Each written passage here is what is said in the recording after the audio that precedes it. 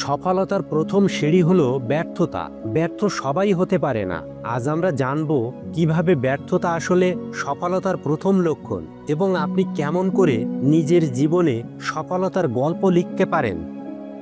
নৌকা ডুবে যাবে বলে যদি নাবিক নদীতে নৌকাই না ভাসায়, তাহলে তার সফলতা বা ব্যর্থতা নিয়ে কথা বলারও সুযোগ নেই। সে তো কেবল জীবন্ত লাশ। সফলতা তো তাদেরই হয় যারা তীব্র আকাঙ্ক্ষা নিয়ে মাঠে নামে। মনে রাখবেন, ব্যর্থতা সফলতার প্রথম চিহ্ন। টমাস এডিসন, তিনি 10,000 বার ব্যর্থ হয়েছেন একটি বাতি আবিষ্কারের জন্য। আর এ কারণেই আজ আমাদের ঘরে আলো আছে। ব্যর্থতা মানেই শেষ নয়, এটি একটি নতুন শিক্ষা, সফলতার পথে একটি নতুন ধাপ। আপনার হতাশ হওয়ার পেছনে ঘটনা যতটা দায়ী, তার চেয়ে বেশি দায়ী আপনি ঘটনাকে কেমন দেখছেন। যদি আপনি ব্যর্থ হয়ে ভাবেন জীবন এখানেই শেষ, তবে সেটাই সত্যি হবে।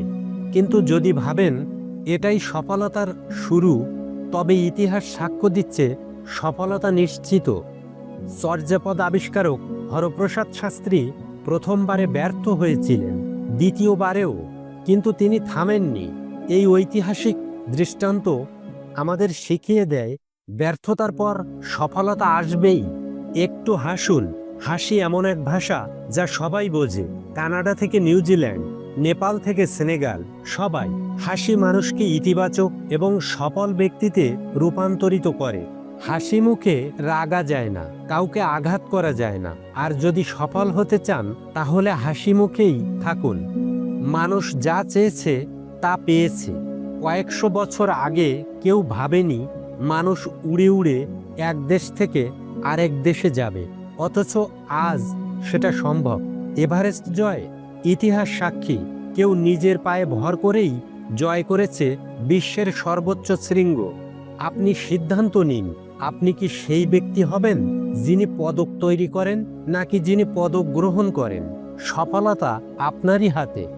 যে শ্রমিক ইট গেঁথে বিল্ডিং তৈরি করেছে, তার আর সেই বিল্ডিংয়ে প্রবেশের অধিকার নেই, কিন্তু মালিক দিব্যি সুখে বাস করছেন। ছাপাখানায় বই ছাপানো শ্রমিক কখনো সেই বই পড়ার সুযোগ পায় না, অথচ কেউ না কেউ সেই বই পড়ে বিশ্ব জয় করেন। ব্যর্থতা পথের কাঁটা নয়, বরং সাফল্যের সিঁড়ি। শান্ত সমুদ্রে কখনো দক্ষ নাবিক তৈরি হয় না। মনে রাখবেন, winners are made, not born. পৃথিবীতে কেউ বিজয়ী হয়ে জন্মগ্রহণ করেনি, জন্মের পরই কেউ কেউ বিজয়ী হয়েছে স্বপ্ন, পরিশ্রম আর সিদ্ধান্তের কারণে। সফলতার ভাগ্য হাতের রেখায় নয়, বরং হাতের মুঠোয়।